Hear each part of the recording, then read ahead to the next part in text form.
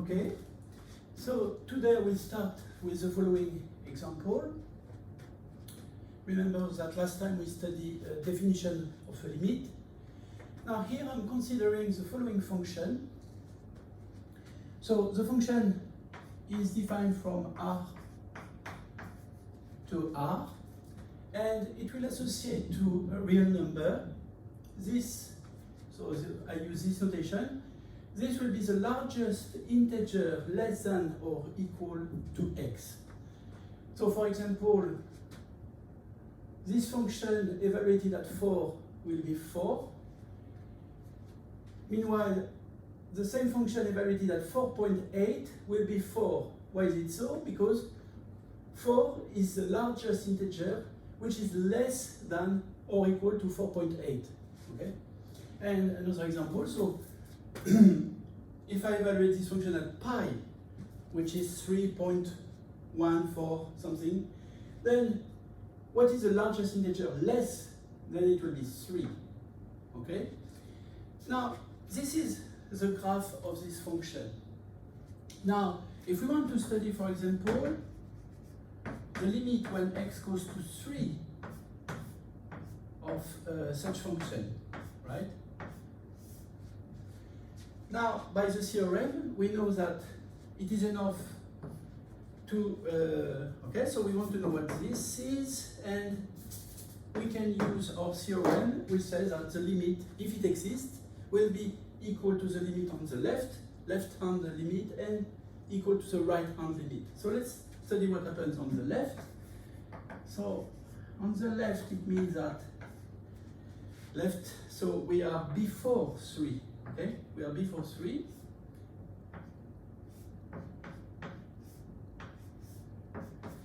Now what happens before 3? Okay, before 3, it means that we are approaching the value 3 from this side. Okay? Now as you can see, we will be here, right? And here is the value of the limit. So the limit when we are before 3 will be actually 2. Okay? Now what happens for the right hand limit? So the limit when x goes to 3 plus of the same function.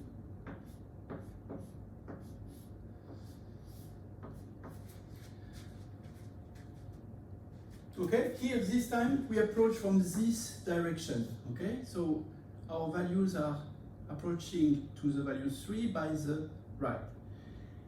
Here, look at what happened. For any point near 3 but after, we will be here.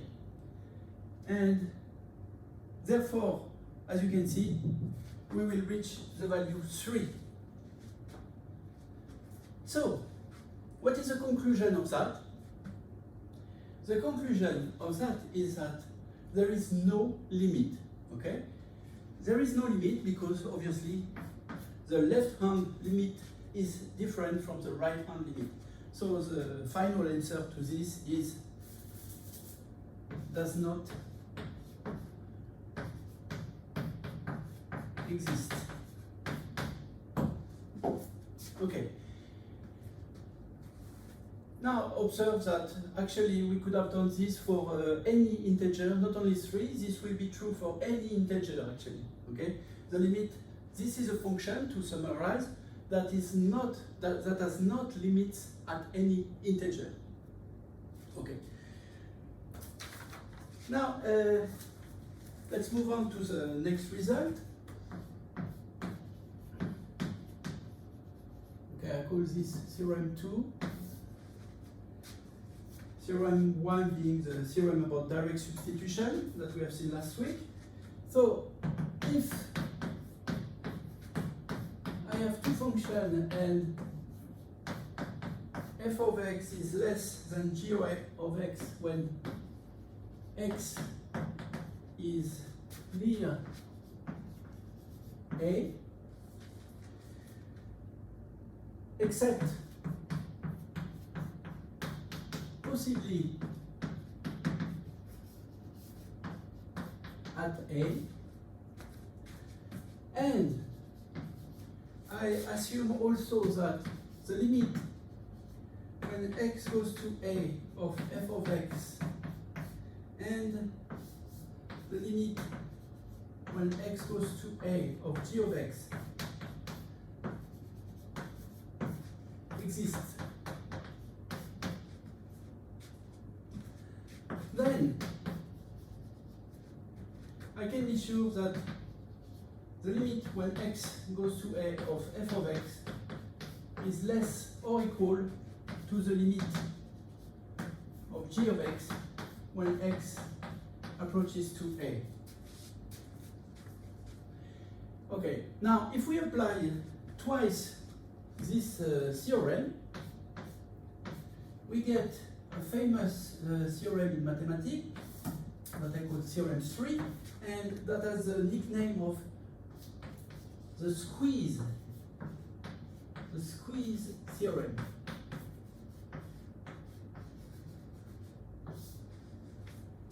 It gives you a way to calculate limits by squeezing your function between two other functions. So let's see the statement. Here I assume that I have three functions, f of x less than g of x, and itself less than h of x, when x is near a, except possibly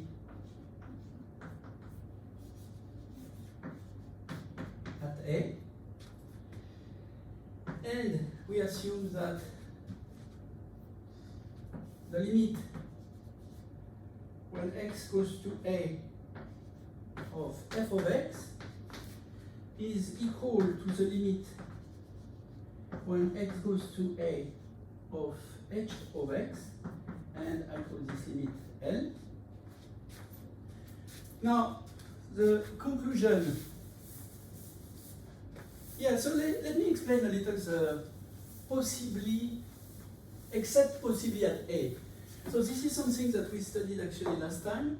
We studied that when we care about limits, we actually don't care what happens precisely at the value A. Okay? If we study at A, we care about what is happening before and after. Okay? We don't care about what is happening especially at A. That explains this except possibly at A that we can find in both statements. So what is the conclusion? The conclusion is that the limit. So here, what is the function you are squeezing? This is the function g of x. You squeeze it between f and h, okay?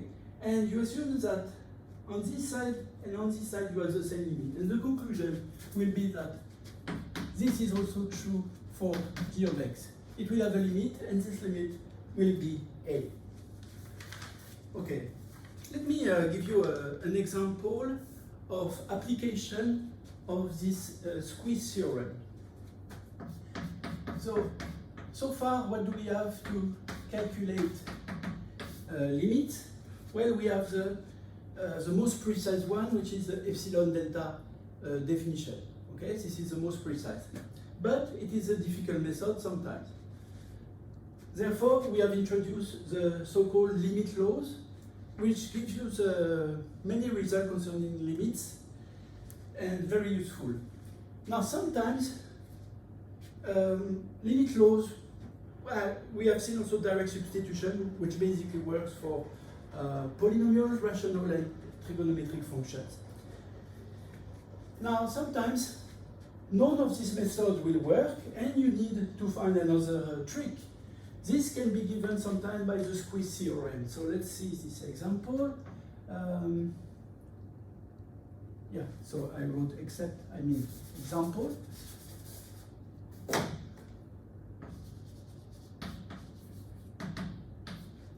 Now here we consider, so let's see, show that the limit when x goes to 0 of the function x squared sine 1 over x equals 0.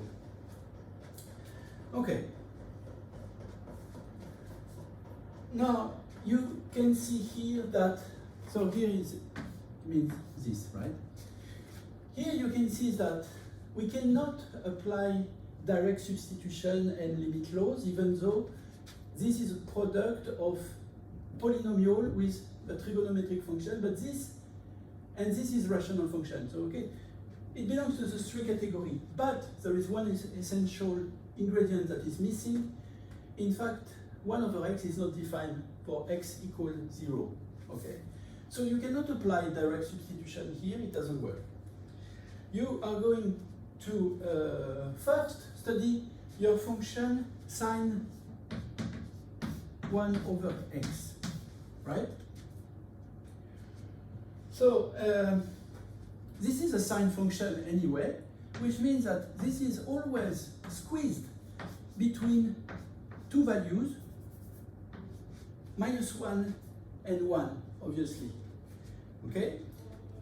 Now, I can multiply this sequence of inequalities by any positive real number. So for example, I can multiply the inequality by x squared, and I will get this equation, minus x squared less than x squared times sine 1 over x less than x squared, right? And now I can apply my squeeze theorem. I want to study this function when x approaches 0, and I have squeezed it between 2 other functions. Now let's see the limit of these 2 functions when x approaches 0. This will have a limit, and this limit is -0, so 0, okay? And same here, when x approaches 0, this goes to 0. And now, by the squeeze theorem, we can conclude that the limit of this function when x approaches 0 is 0. Okay, so you could not have done this easily by epsilon delta, by limit laws, by direct substitution, but you can do it by the squeeze theorem. Let me give you a second example.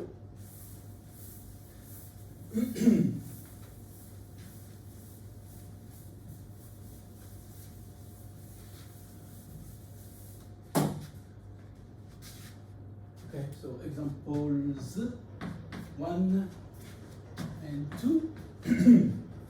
Here we want to show that the limit when theta goes to 0 of the function sine theta over theta is equal to 1. Okay, so same thing here. The limit laws, the quotient limit laws, for example, will not apply because theta equals 0 in the denominator, and this is not a condition that we want. Direct substitution, therefore, doesn't work. So we need to find another trick. First, we calculate the limit when theta goes to 0 plus, so on the right side of 0. Now here the proof is rather, I would say, geometric one. So we consider basically the one circle, so the circle with radius 1, okay, and then let's see that, yes, for example, we have our angle theta here, okay. Now, this here, okay, let's say that this is my circle.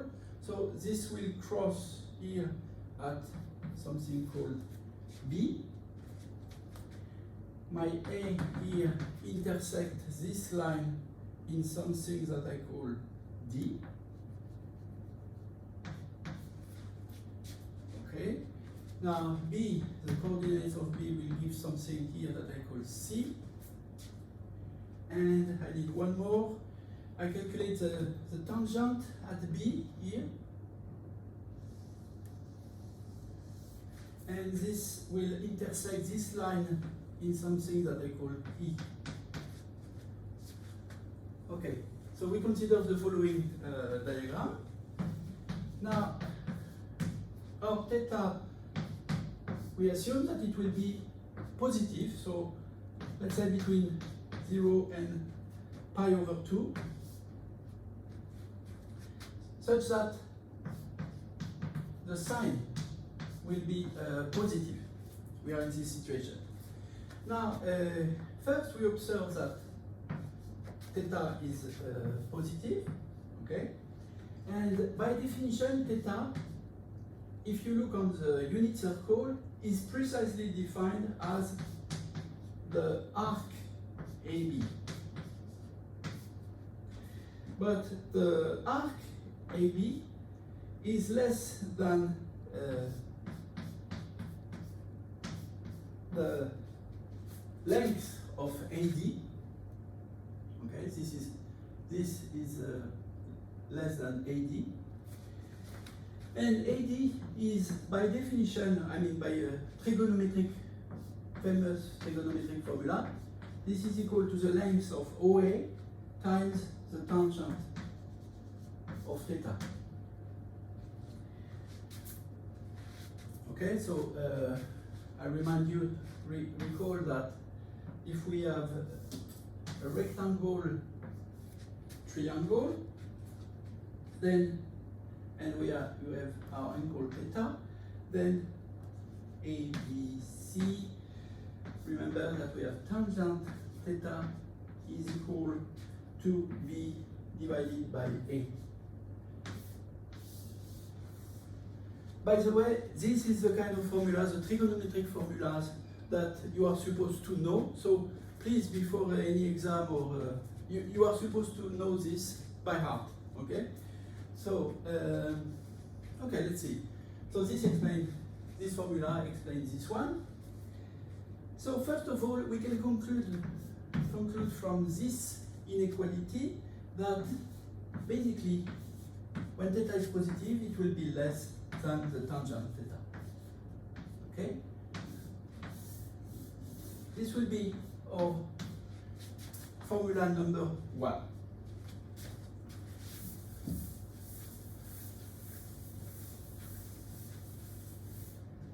Now, on the other end,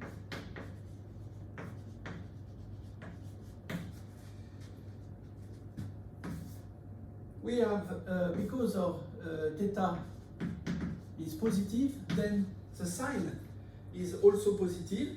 So the theta is between 0 and pi over 2. So the sign is positive on this domain. Remember, to study the limit at 0, we just need to be near 0, which means that we can assume that we stop at pi over 2. Okay? On this interval, the sign will be definitely positive. So when we approach theta equals 0, the sign is positive. And this will be equal by definition. Look at this. So the sign here is equal to BC, okay, by some analog formula. And BC, this is actually less than AB. And this is AB itself is less than the arc AB. And the arc AB is, by definition, if I am on the unit circle, it will be theta. So what can we see on this second formula? We can see that 0 is less than sine theta is less than theta. And because theta is positive, I deduce that sine theta divided by theta will be less than 1. Okay, this is my formula 2. Okay, this is good because it looks like beginning of a squeeze, isn't it? I've squeezed on the right. Okay. Now, why did we needed 1? Well, by equation 1, we deduce the following. We have 0 less than 1 over the tangent theta, and which will be less than 1 over theta, right? Now, this means that, let's come back to the definition of tangent. Tangent is sine over cosine. So therefore, we deduce that cos theta over sine theta is less than 1 over theta. And this implies, because sine theta is positive, this will imply that sine theta divided by theta will be greater than cos theta. And here we go, we get our second squeeze, this time on the left. So I call this 3. Now to summarize, yes, that's correct. Now, in conclusion, we have cos theta, which will be less than sine theta over theta, and this is less than 1. And now we can apply the squeeze theorem. Indeed, what is the limit of cos theta when theta goes to 0? Well, this will be 1. And on the right side, what is the limit of this? Has to be considered as a constant function. So it's independent of theta. For any value of theta, it will be 1. So when theta goes to 0, this constant function remains 1. Okay? And therefore, 1, 1, we can deduce that this will also goes to, so here we have to understand everything as 0 plus, right? Because we assume that theta was positive. And so this will goes to 1. All right. Now, what happens when theta is negative? Well, we are going to use a little trick. Finally, we observe that sine theta over theta is an even function. Yeah, it's an even function. What does it mean even? It means that f of x is equal of f of minus x for any x, right? Because since sine minus theta is minus sine theta, and so sine minus theta over minus theta is minus sine theta divided by minus theta, so minus minus simplified to sine theta over theta. Okay, so this is an even function, and therefore we can conclude that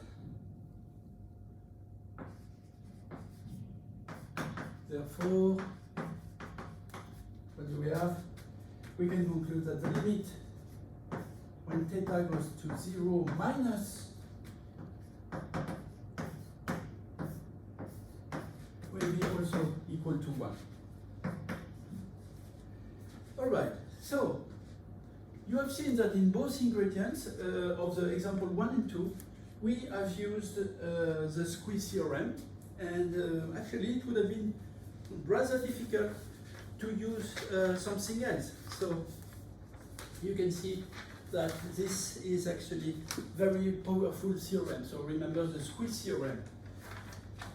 Okay, now let me talk about a new concept which is called continuity. Continuity.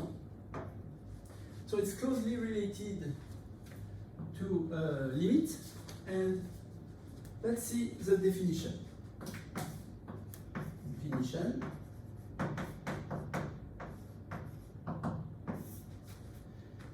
A function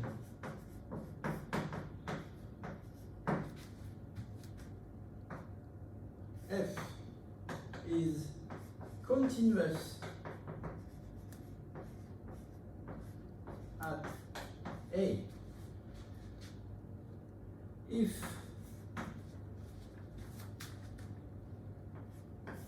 first condition we have A belongs to okay, so let's say this function is from A to B.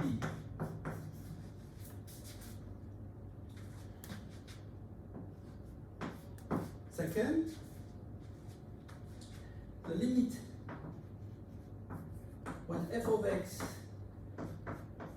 when x approaches to A, well, this limit exists.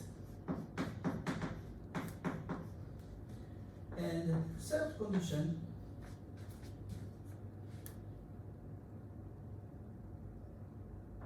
the limit when x goes to A of f of x is equal to the evaluation of this function at A. Okay. So, continuous at some value, okay? Now, otherwise, so what means otherwise here? It means that one of the conditions wouldn't hold, okay? So if 1, 2, or 3 are wrong, then f is said to be discontinuous.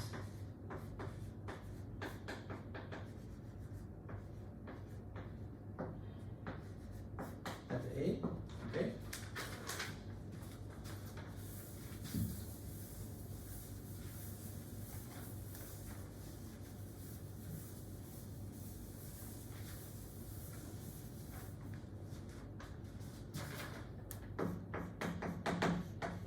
Finally, we say that f is continuous, so without referring to any value, if f is continuous at A for any A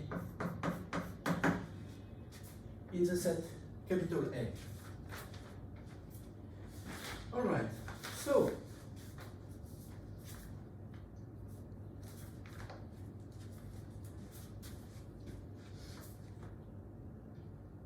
yeah, let me give you an example, okay? So basically,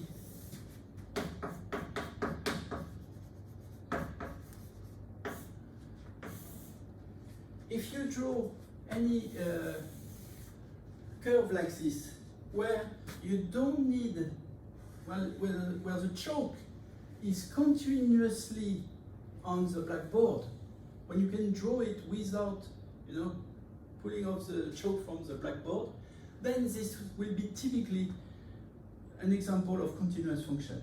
This is continuous function. No problem. Now let's make some interesting manipulation. So I'm constructing like this, and suddenly at some value A, I'm going to remove the point here. So I will do like this, okay? Without the value here. Then this function is discontinuous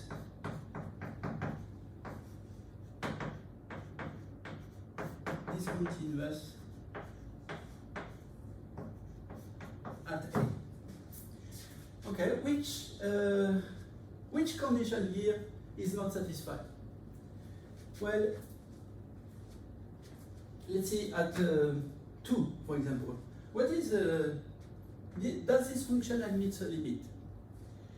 Well, if we approach on this side, or if we approach on this side, the function will have a limit, which is this L.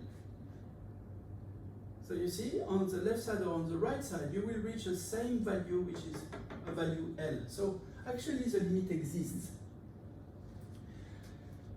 2 is satisfied, but 1 is not satisfied. The condition 1 is not satisfied because our function is not evaluated at A. Okay? A doesn't belong to the interval where it is studied. And so f of A doesn't exist, so this 3 obviously becomes also wrong. So this is a typical case of discontinuous function. Now, if you come back to the example of the beginning of this lecture today, this function like this. Okay, what was that? It was something like that, right? Now let's see at 1. So as you can see here, is it continuous at 1? Well, it is not. And here again, here 2 is not satisfied. So 2 is not satisfied. Okay, so I should say that 1 not satisfied. And also 3.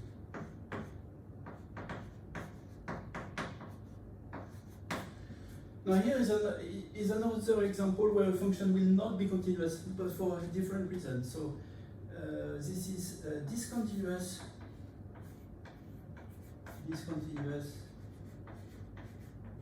at 1. And the reason is that there is no limit at 1, because the left-hand side limit is different from the right-hand side limit. So here we can say that 2 is not satisfied.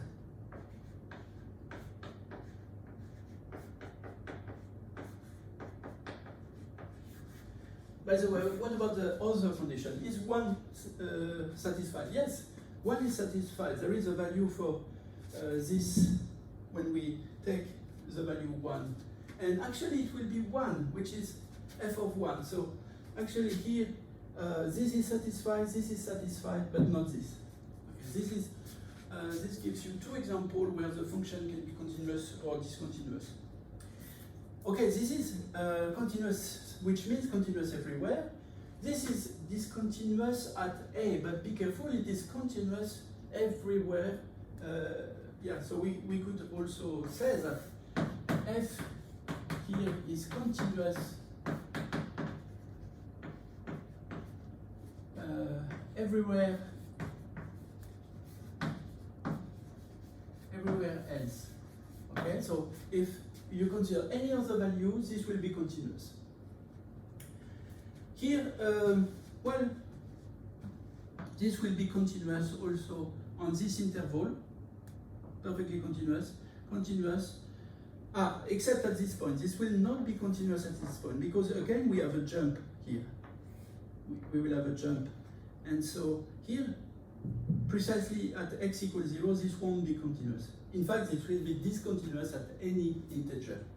But also, if you are between some integers, then it becomes continuous. Okay? So continuity is a priori a notion, so it's always continuous at some point. And when we don't use a value, then it means that we are continuing on a whole interval. All right, so let's see some result about continuity.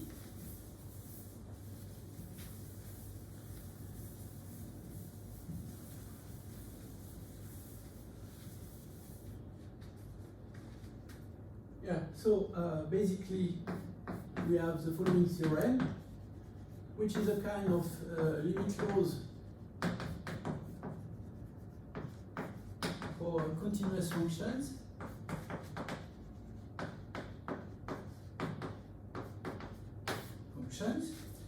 Yeah, so my FCT is an abbreviation for function, by the way. Okay, so first of all, here we will consider f and g be two functions continuous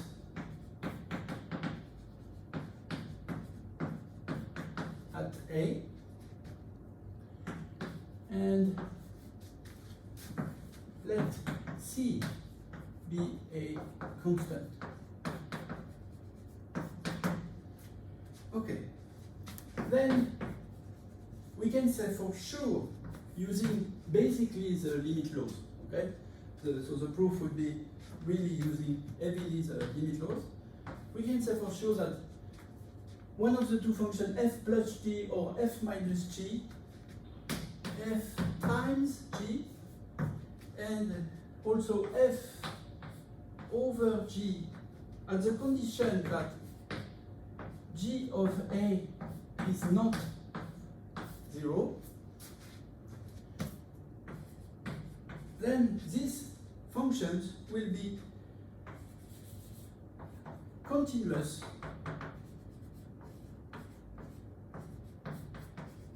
at A. Okay, and so this is kind of limit laws for the continuous function. And so in particular,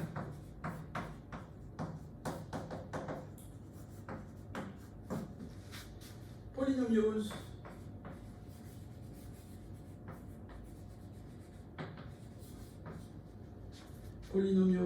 the trigonometric functions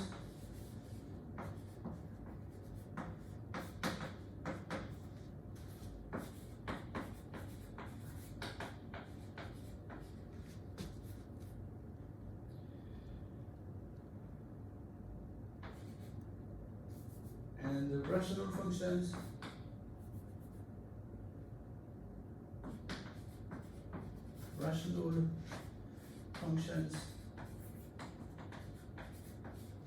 and also the functions, you know, that for example the logarithmic functions, logarithmic functions,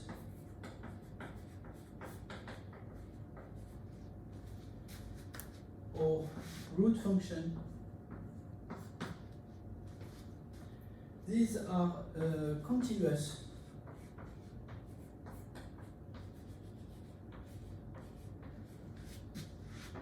at any A,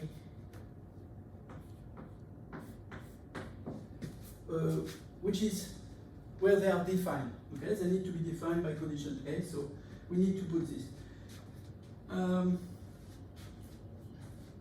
Another result is that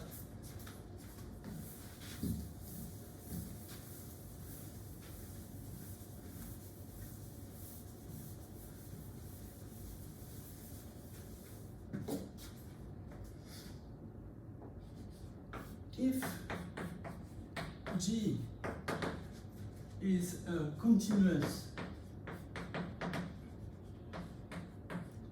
at A and F is continuous also at at G of A, then F composed with G, okay, you know the composition of functions, then this will be continuous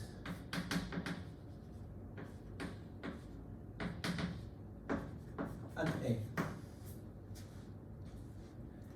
Okay, so for example, let me give you one more example. I talked here about the, for example, the trigonometric functions.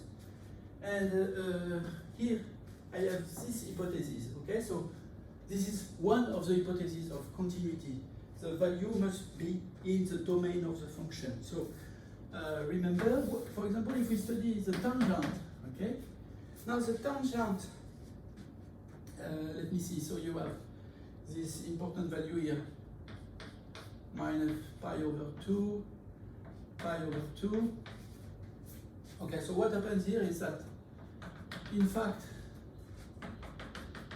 the tangent is a sine over cosine, as you know. And since the cosine is of pi over 2 and minus pi over 2 and etc. Becomes 0, then this tangent function is never defined at pi over 2, and the graph is actually something like that, right? And again, like that, and again, like that. Okay, so you have this kind of, this is a graph of tangent, right? Now, here you see that the tangent function is actually discontinuous at pi over 2. So tangent x is discontinuous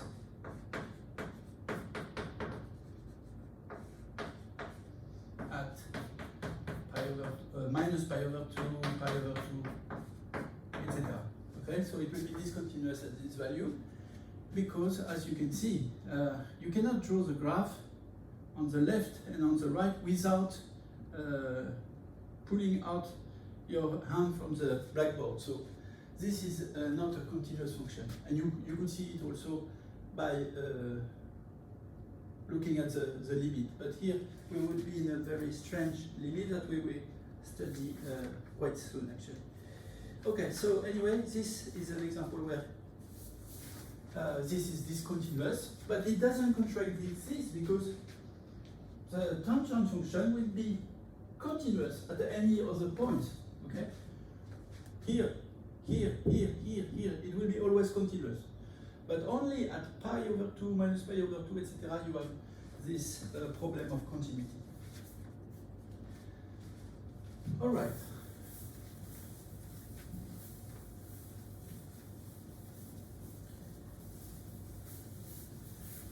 So one big first very important theorem is called the intermediate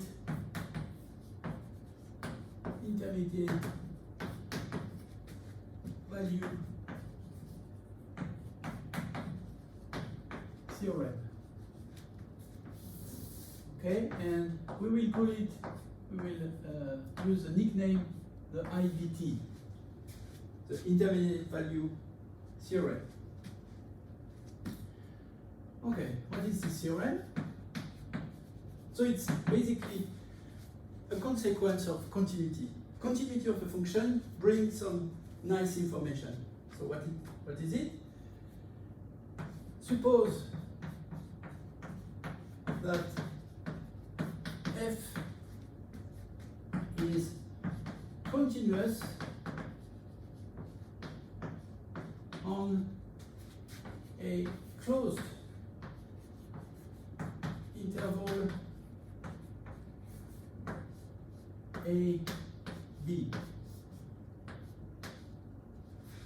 So it is actually very important. This condition is actually important, so please never forget. It should be something close. In particular, it cannot be infinity, because if you remember, infinity will be like this, or minus infinity, right? So this is not possible. It will apply only for some closed interval, a, b. And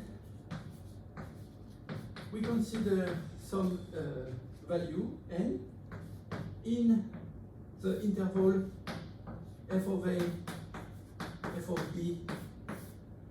So this is if f of a is less or equal to f of b, and otherwise we call it f of b, f of a.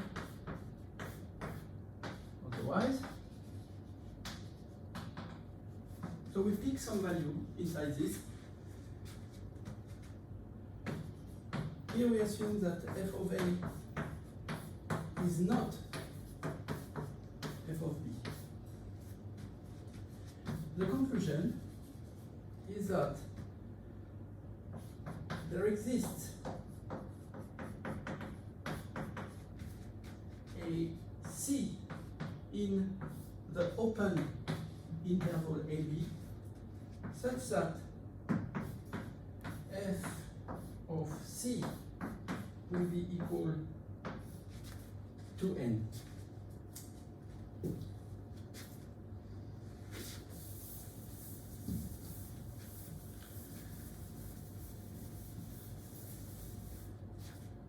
Okay, so let's see this on the graph of a function. Let's take a typical continuous function. This is a continuous function.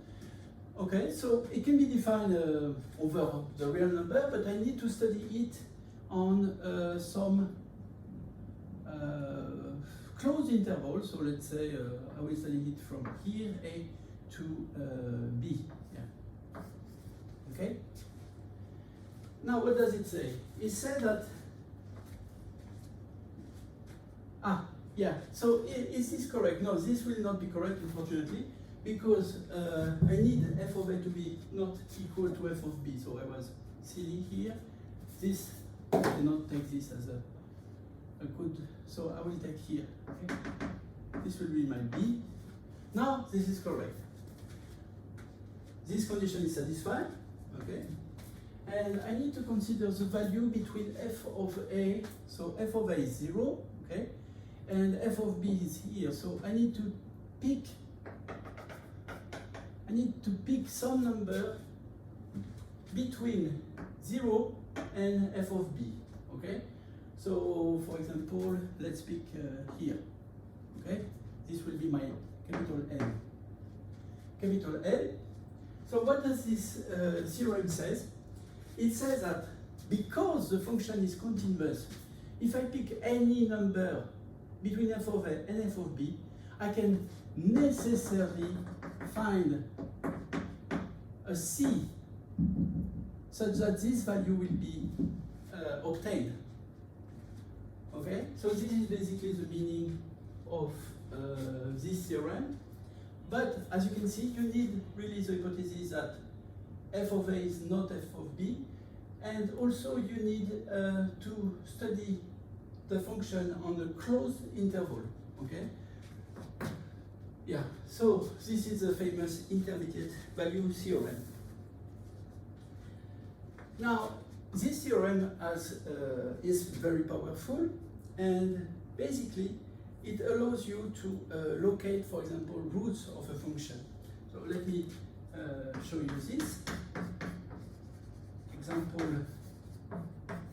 of applications.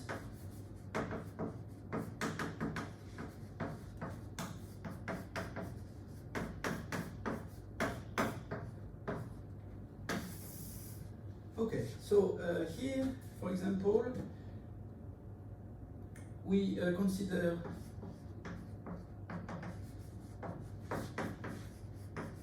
the function f of x equal 4x to the cube minus 6x to the square plus 3x minus 2 equal 0. Now,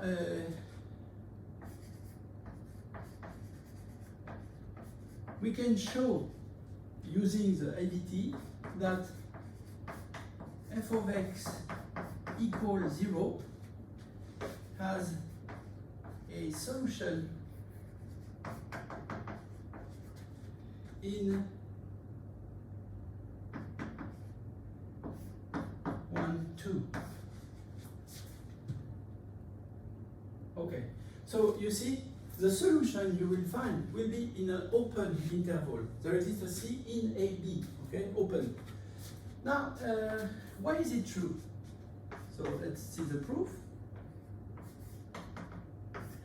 Well, if you want to apply a theorem, like the IDT theorem, you need to check that all conditions are satisfied, okay? So, first of all, f of x,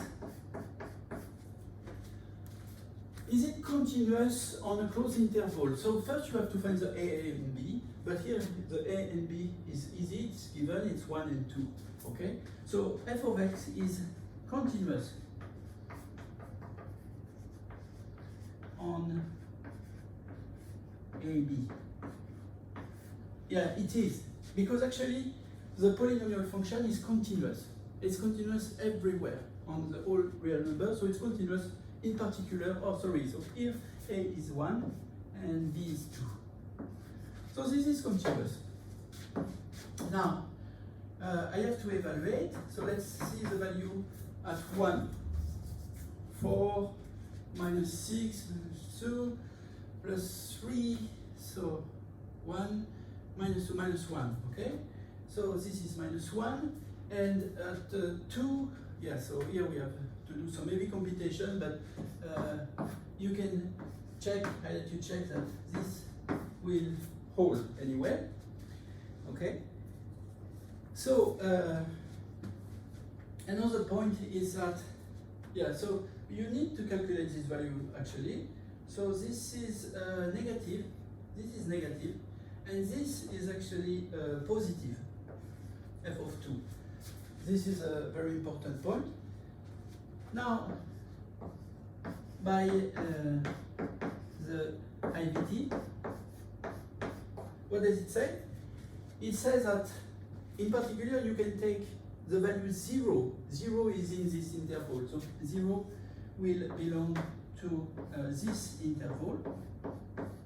So f of 1 is less than f of 2 here, so 0 belongs to this open interval. What does it mean? It means that there exists a C. And where is the C? The C will belong to the open interval, 1, 2, such that f of C will be equal to 0. So such a real number is called a root of the polynomial because evaluated at C, you get 0. And so we prove that, and this is very not trivial question to know the roots of functions. So we could solve that only by the IVT theorem, which relies basically on the nice property of the function to be continuous. Okay, I guess that we will do a lot of exercise concerning this. Now I'm going to finish by talking of another problem, is about the limits at infinity. Okay.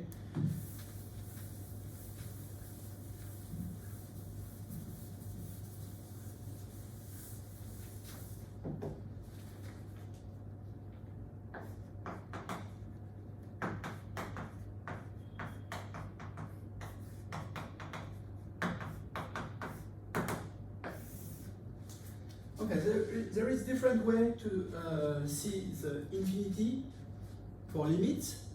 Remember, basically, the limit of a function is something like that. Okay.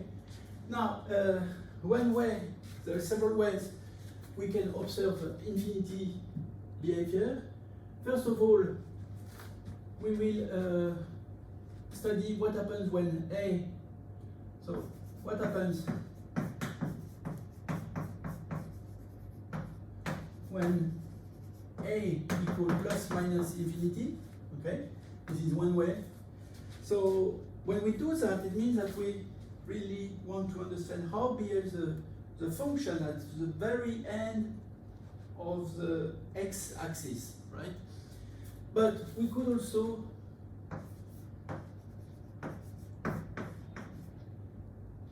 ask the same question when L is equal plus or minus infinity. And sometimes we will consider simultaneously both questions. Okay? So, let's see. Now, I will give the most precise definition of it, which means the epsilon delta. Now, let me give you the definition of the limit of a function when x goes to A, and what happens when L equals infinity? Well, so take it as a definition. This is a definition. And, well, for all these definitions, basically,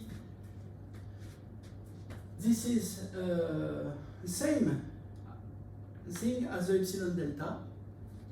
So it will always start by for any there exists. Okay.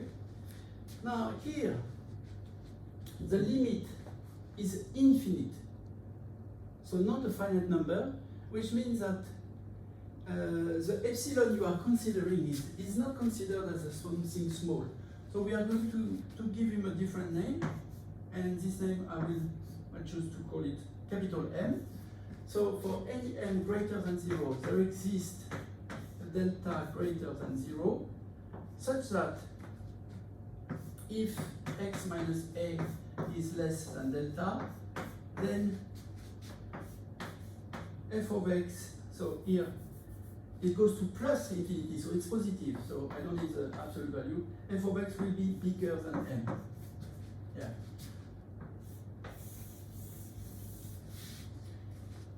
Compare it to the epsilon delta, usual epsilon delta definition. Okay? So here we want to say that the limit is infinite. Infinite means that f of x is bigger than anything. So we start by, we can take any value and f of x will be bigger than that. Okay? This is to say that the limit is infinite. But this part of the statement, as you can see, is exactly as in the limit for a non-finite, for a finite limit, right? So it's basically, you need to be sufficiently near a, the value a, okay? So this is very easy to understand why this works. Now let me tell you the limit at, so okay, let's call this 1a and now 1b. So what is the limit when x goes to minus, no, a, but what happens if it is minus infinity? Yeah, so what is the definition of that definition?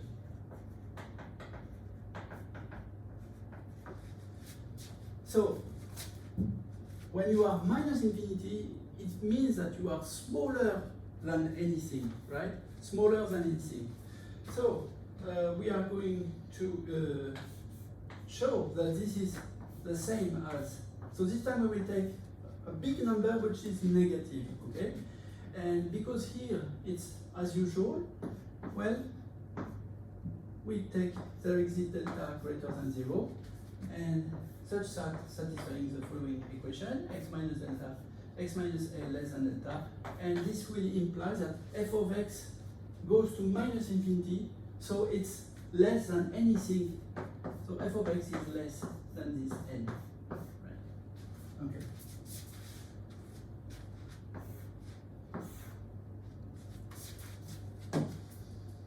All right.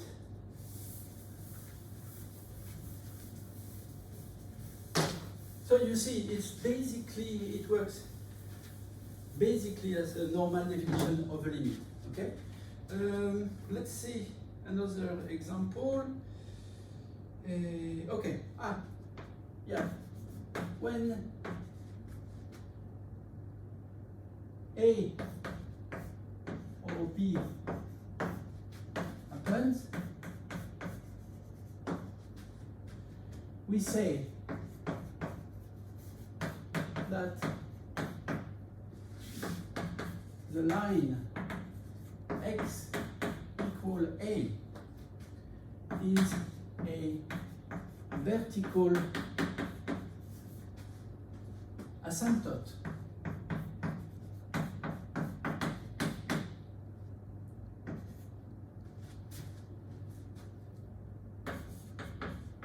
For f, so a vertical asymptote for f, right?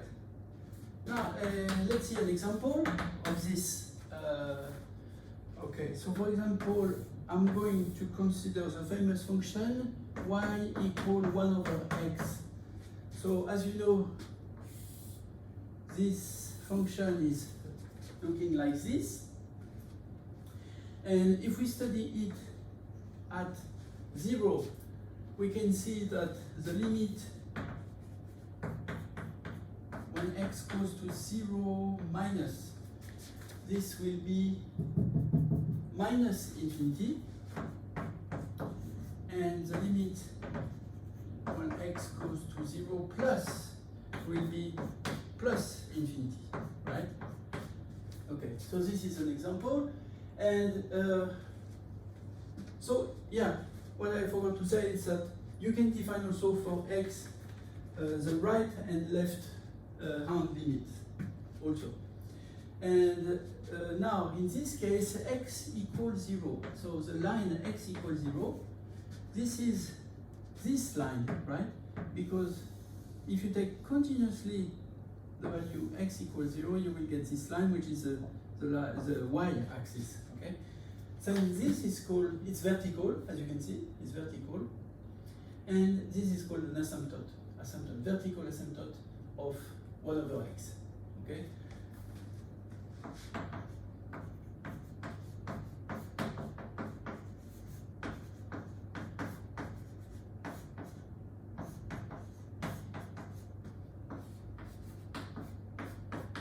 All right. Now, yeah, this was in the case where L is plus infinity. Now, let's treat the case where A is in infinity.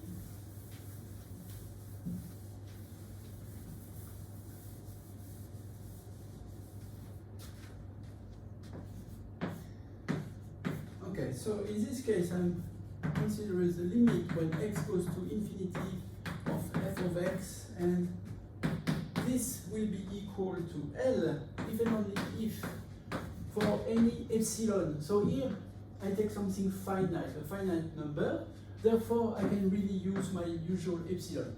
But for the delta we have something new, so I'm going to change it to capital M. Will be greater such to 0. So what it means that x goes to infinity, it means that x is actually bigger than anything, and in particular x is bigger than n. So if x bigger than n, then what happens is that, well, the usual stuff here, f of x minus L in absolute value is less than epsilon. Okay, as you can see, it's very easy. Okay, and now let's see what happened. Yeah, so maybe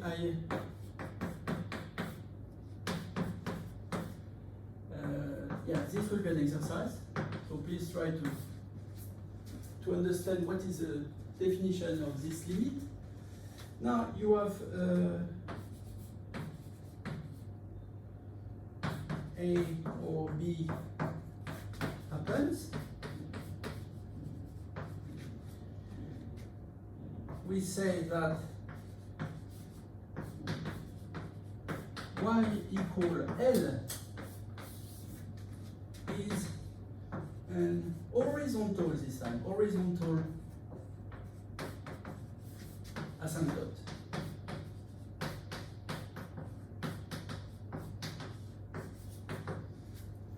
Okay, and a third case is when you put infinity on A and L. Okay, so let's see that.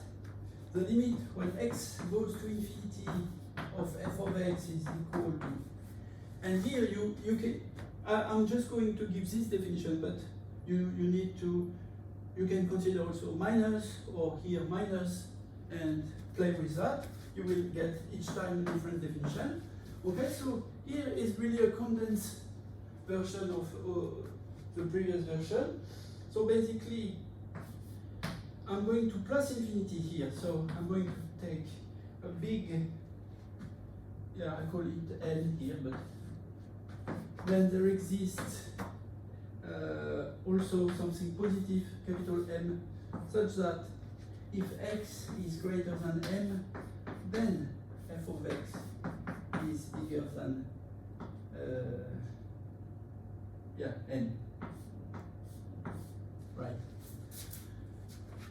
Yeah, so this is the definition of the limit of f is infinity at x when x approaches to infinity. Okay, you get this formula. Right. So when does it happen? So for example, this can happen, the function f of x. So yeah,